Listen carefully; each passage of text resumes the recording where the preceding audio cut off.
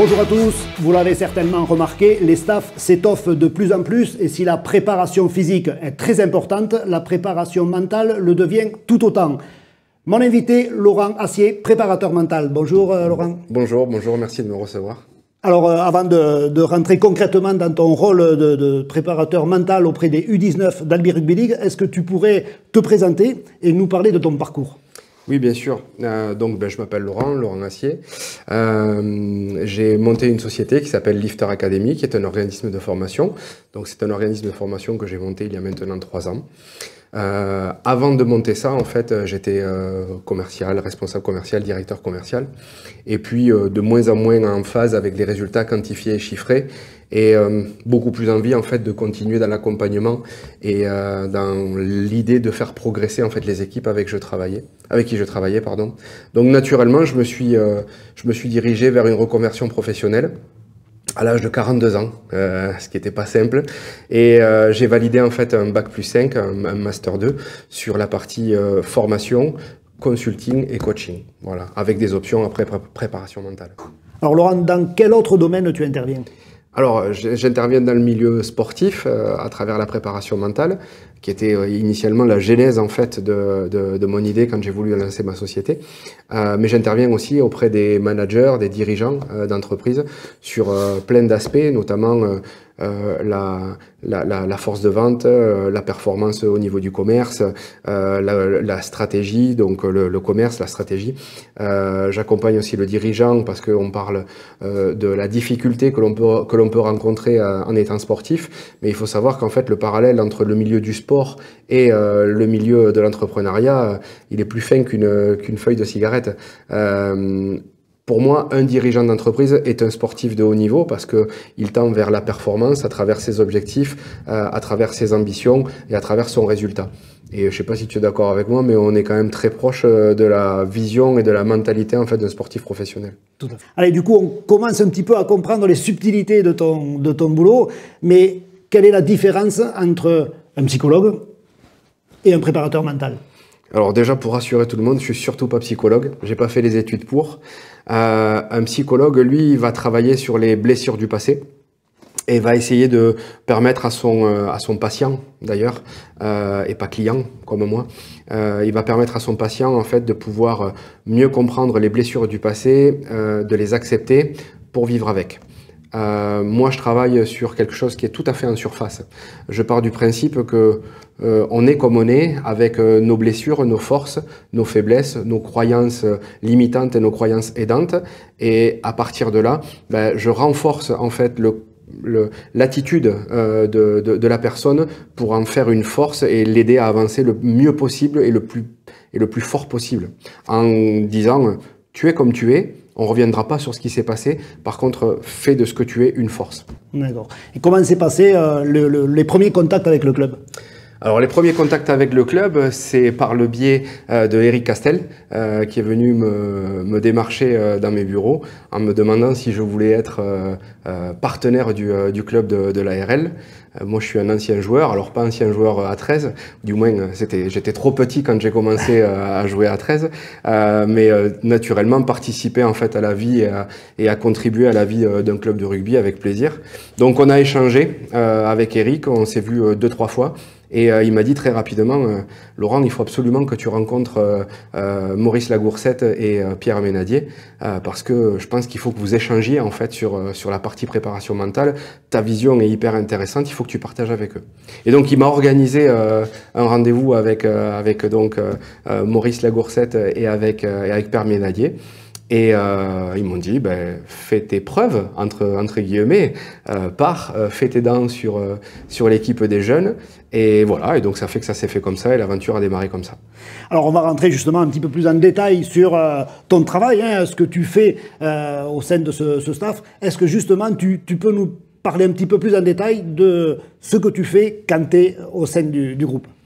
Alors, mon travail, déjà, il faut le clarifier très rapidement. Je n'interviens pas donc sur la partie ni technique, ni tactique, ni physique. Je n'interviens en fait que sur la partie mentale. Donc, du coup, j'accompagne les joueurs, soit de manière individuelle ou collective. Ça, c'est des choses que l'on fait par la suite sur l'aspect collectif. Mais voilà, j'essaye d'amener en fait une vision, une préparation mentale, comme un sportif se prépare physiquement, techniquement et tactiquement. Il doit aussi se préparer mentalement à pouvoir upgrader son niveau et à être plus performant en fait dans son jeu. Donc je les accompagne comme ça. Alors, en parlant de préparation mentale, justement, on voit de plus en plus de joueurs avoir des petits rituels. Est-ce que toi, en tant que préparateur mental, tu interviens dans ces rituels? Oui. Alors, le préparateur mental intervient sur les rituels et moi, j'interviens aussi sur les rituels, en fait, qu'on appelle dans notre jargon, en fait, les points d'ancrage. On peut faire des points d'ancrage collectifs ou des points d'ancrage individuels. Ça permet en fait aux joueurs de pouvoir se mettre dans une bulle, de s'extraire un petit peu de l'environnement pressant, émotionnel qu'il a au quotidien, qui peut être amené par la frustration, par la colère ou tout simplement par l'échec aussi ou la peur. Et donc du coup, par le biais de travail et d'exercice, on réussit à permettre aux joueurs, individuellement dans un premier temps, de se mettre dans leur sphère, dans leur bulle, de les ramener à une vision positive avec un son, une odeur, une vision. Et de cette manière-là, ils restent dans un environnement très positif et du coup, ils arrivent à atteindre plus de performances. Et du coup, est-ce que tu travailles davantage collectivement ou individuellement? Je travaille sur les deux parties. J'ai une phrase que je dis depuis le début que je me suis installé, le perfectionnement individuel entraîne la performance collective. Ce qui veut dire que dans un premier temps, il faut savoir travailler individuellement avec les joueurs pour pouvoir mettre ensuite cette performance au service du collectif. Donc dans un premier temps, on travaille individuellement et ça a été la plupart de mon travail de l'année dernière. Et maintenant, on arrive à travailler collectivement avec l'équipe. Et d'ailleurs, pour reprendre ta question, on travaille aussi collectivement sur des points d'ancrage. Et c'est quelque chose qu'on a fait pas plus tard que le week-end dernier, vendredi dernier, avec les joueurs, où ça y est, on les a initiés à un point d'ancrage collectif. Vous allez voir ça au prochain match, exactement. Et du coup, la fréquence de tes interventions, c'est hebdomadaire, c'est mensuel? Alors, je suis à disposition du staff, je suis à disposition des joueurs. Dans ma semaine, en fait, j'ai intégré 2 plages horaires, le mardi de 17h à 20h et le vendredi de 17h à 19h30 au moment de l'entraînement. Donc, les joueurs peuvent se positionner par le biais de prise de rendez-vous, par échange WhatsApp, etc., pour se positionner sur des rendez-vous.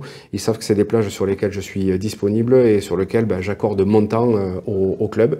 Ensuite, le souhait des coachs, c'est d'essayer de me voir aussi de temps en temps dans les vestiaires le jour des matchs, de temps en temps au bord du terrain aussi lors des entraînements. Encore une fois, pas du tout pour intervenir sur les aspects tactiques, techniques ou physiques, mais c'est comme si j'étais un peu le doudou des joueurs, quoi. Voilà, de temps en temps, je suis là et visuellement, le fait de savoir qu'on est là, déjà, c'est un réconfort. Ça rassure. Exactement. Donc aujourd'hui, tu interviens auprès des U19 d'Albi Rugby League. Est-ce que, d'après toi, on peut attaquer la préparation mentale en U17, voire plus tôt? Alors la préparation mentale, c'est quelque chose qui peut se faire effectivement, mais il faut avoir un niveau de maturité mentale, j'ai envie de dire. Il faut savoir que le cerveau en fait de l'homme, au sens large du terme, se développe parfaitement bien à partir de 12 ans. À 12 ans, il est en pleine possession de toutes ses émotions, de toutes ses capacités. Et il développe de nouvelles capacités qu'il va lui développer par ses propres moyens, ses propres expériences. Avant, c'est trop tôt. Donc j'aurais envie de te dire que effectivement, on pourrait intervenir à partir de l'âge de 12 ans, mais c'est trop tôt. À mon avis, le bon timing, c'est à partir des U17. Voilà, quand on commence à être cadet, et puis tout dépend aussi la capacité mentale des différents joueurs à s'investir et à aller chercher aussi la performance.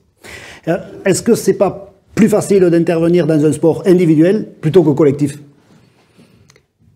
Comme je t'ai dit, le perfectionnement individuel entraîne la performance collective, donc ça veut dire que malgré tout, individuellement, il faut travailler pour être bon collectivement. Si individuellement on arrive à être bon, et c'est d'ailleurs le gros du travail individuellement, on saura aussi mettre tout à profit pour l'équipe. Quand on travaille collectivement, et je l'ai vu vendredi sur l'intervention que j'ai fait accompagné des coachs, une question amène plusieurs réponses. Alors que quand on est en face à face avec les joueurs, une question amène une réponse. Donc du coup, comme nous, on n'est pas déjà tous les deux constitués de la même façon, on n'a pas le même vécu, la même expérience, c'est ça multiplié par 30 personnes qui peuvent avoir 30 visions différentes, ce qui n'est pas le cas, rarement le cas, mais en tout cas, il y a plein de visions différentes. Et donc du coup, il faut composer avec ça et puis essayer d'aller chercher, on va dire, la majorité pour essayer de les amener en fait dans une direction commune. Allez Laurent, un dernier mot pour terminer. Eh bien, si je devais donner un dernier mot, c'est dire que la préparation mentale aujourd'hui, c'est un peu un secret de polichinelle. On pourrait croire qu'en fait que ça n'existe pas, mais ça existe. Et ceux qui savent que ça existe pourraient le voir comme un acte de faiblesse. De la même façon que quand on conduit notre petite voiture, on a un petit voyant qui s'allume pour dire qu'il y a un défaut, eh bien le préparateur mental, il est là tout simplement pour permettre à la voiture de fonctionner le mieux possible. On fait le comparatif de la voiture et du joueur. Donc je suis le petit mécanicien en fait du cerveau qui va permettre en fait au joueur de pouvoir donner sa pleine puissance. Donc il faut surtout pas hésiter, il faut contacter un préparateur mental, contactez-moi d'ailleurs en tant que préparateur mental, et puis vous verrez qu'il y a des effets bénéfiques immédiats. Allez, merci Laurent, à bientôt. À bientôt et merci beaucoup.